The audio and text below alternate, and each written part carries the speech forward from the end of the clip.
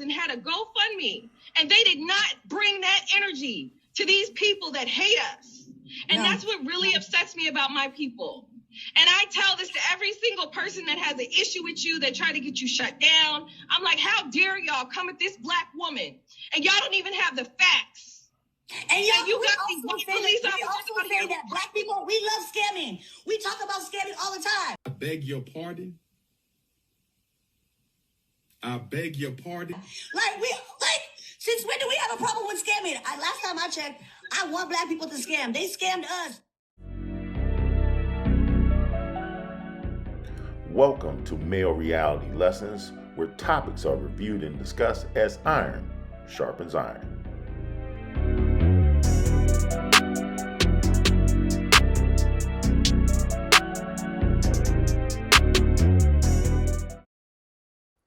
Greetings. On this episode, we're going to talk about the latest update regarding Roda Osman, aka the Brick Lady, as well as the quote-unquote accused that she claimed threw the brick.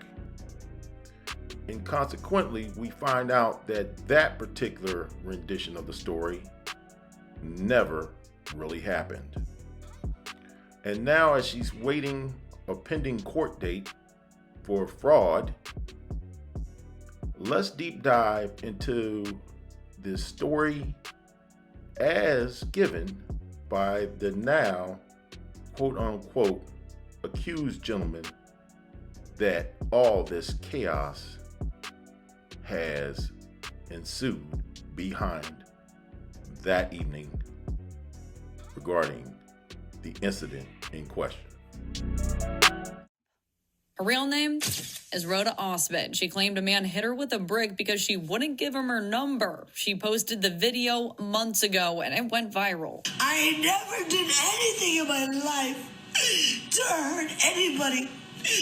Literally, a man asked me for my number. I said no. She ended up stacking up more than $42,000 on a GoFundMe with the story. Now it's called a total scam. Court records say Osman called police reporting the incident, saying Olin Douglas was the man who hit her.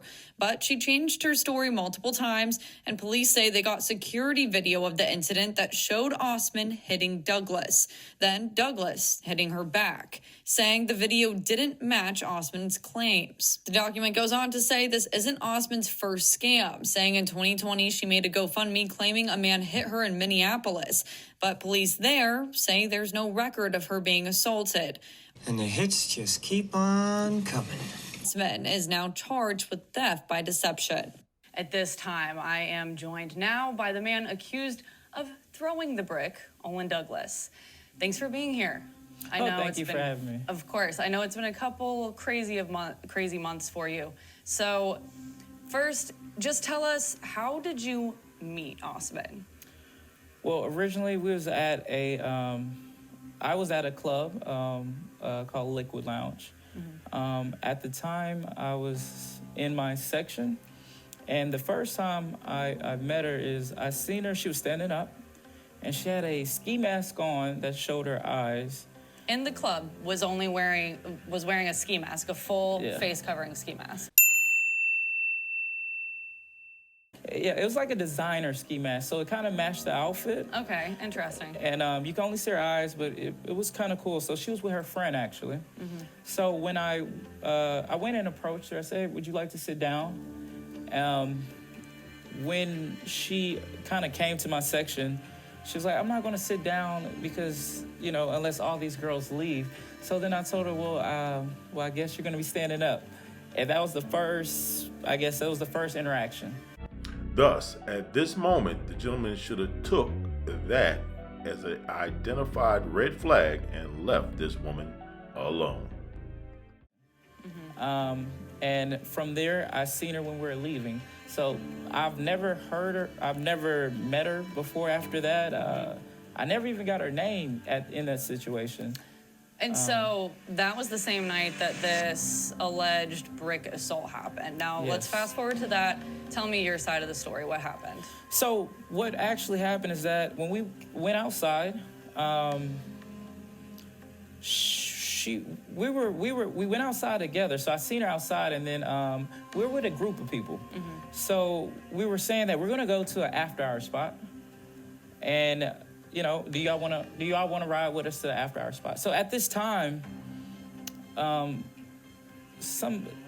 as we were walking, she actually started trying to get in fights with the other female that we were with, right?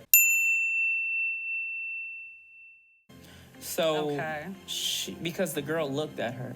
So at that moment, I thought that was kind of weird. Okay, so she was being a little aggressive in nature. She was being very aggressive, very just loud and kind of combative to other people. And still, this is a stranger to you. Yeah, this is someone you had just met. Yeah, this is someone we just met. So we're in a little group. So she kind of chased that girl off the group, and then as we're going into the car to go to get ready to go to after hour, we went inside, and then as we're in the car, she kept just being really loud. And not only that, you know, unfortunately, my friend wasn't really feeling her friend. So, you know, I just asked her to leave. You know, hey, you know, if you don't mind, can you just leave? So from asking her to leave, she got really angry and aggressive. She started kicking me. We're at the point where I'm getting out the car to let her out. But as soon as I let her outside the car, she instantly starts hitting me.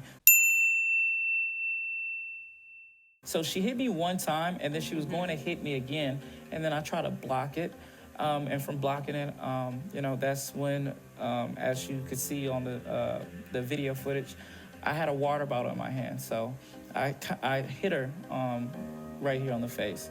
I kind of what's it called? Reacted? Yeah, I just kind of reacted really quickly. And from there, she didn't want to, like, she kept trying to follow me and fight me. So that's when I had to actually go into another vehicle that my friends were at on the side of us to kind of leave the situation. Yeah, and like you said, the security video, according to the court records, does indicate that you hit her. Yeah. And I know that many people will think, was there another way to diffuse that situation? Like, what do you have to say about that? Well, I really try to defend her from hitting me again because she was continuously hitting me. So unfortunately, I just reacted really quickly, and you know, I hit her, and then it stopped her though. I mean, it stopped her from consistently hitting me. And then I walked away, which I would try to walk away, and she kept following me, so that's why I had to go to another vehicle. If you're enjoying the video, please take a moment to like, share, and subscribe to Male Reality Lessons. It was self-defense in your Correct. eyes. Yeah, and I will be clear that the report says that the video does not reflect what Osman told police.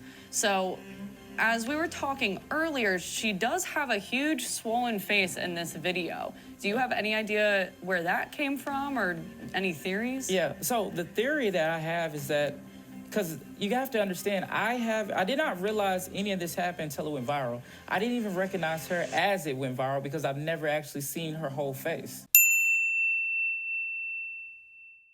Interesting. So when it got viral and my name started getting brought up, that's when, you know, I recollected, like, okay, this is what happened. So I feel like she went to the club like that. She went outside like that because the thing is... And that's why she was wearing the ski mask in your head. The club was beyond capacity. She was standing up, and I know she had to be hot, yet she had it on the entire time. Went outside, had it on the entire time. And then after that event, had it on the entire time. And it wasn't until this event went viral that she took her mask off. And I know your name was mentioned in the police reports and the court records and everything, but it seems like it was brought up before then. Was she saying your name on social media and things like that? So she described me to the security guard. The security guard recognized my face, and she's already known my name since the first day. So what was odd about that is that if you already knew my name, and my information when you, spoke to the cops and documented that, the 2 or 3 stories that she had, which I believe one of the stories is that I was an Uber driver, try to kidnap her. Yeah, I remember her. seeing some of that in the court record. She had changed her story multiple times to police, and the court records reflect that. Right. So I'm thinking that if you already knew my name, that's pretty weird that you're making up that type of story. So that is kind of how. She knew my name from the security guard that was working. Yeah, and so how has this affected you? What kind of repercussions have you been dealing with? I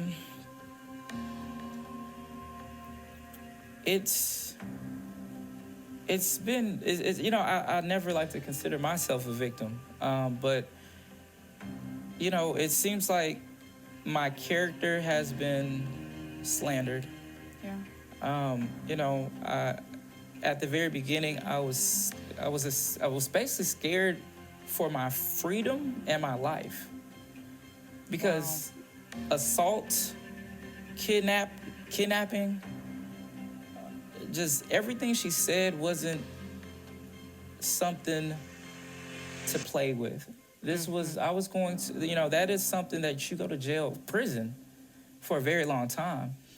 And just, I'm gonna be honest, a black guy saying you hit someone with a brick,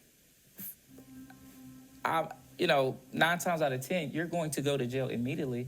Go to jail first, and then the questions a little bit later, they figure it out. So for the first 2 months, I was scared. I was nervous. And I think the biggest part was knowing that it wasn't true and not being able to speak out. Here's my final thoughts. We definitely, when we're out and about, especially out in a public setting, need to know how to vet people properly. And when you're talking about club atmosphere and drinks flowing and, quote unquote having a good time, if you see some red flags that may be of individuals that may want to cause a ruckus or very problematic, you need to steer clear. You need to leave the area immediately. Because at the end of the day, there's always guilt by association. And as a man, when it comes down to interactions with women in today's climate, it is never a good idea to engage in any activities where you can be blamed as the aggressor.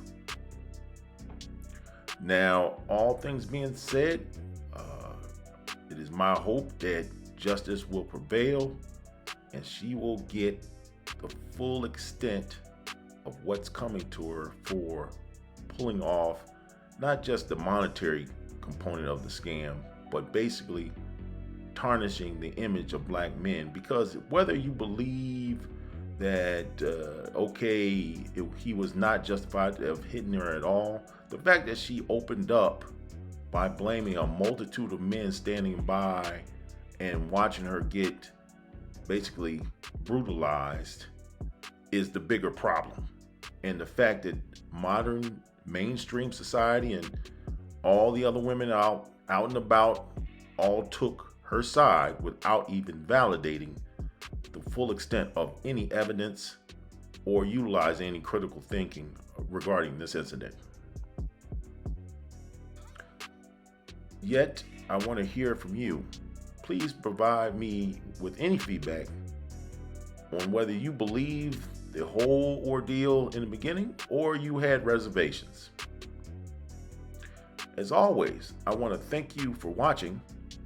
Please subscribe to Male Reality Lessons and have a good day.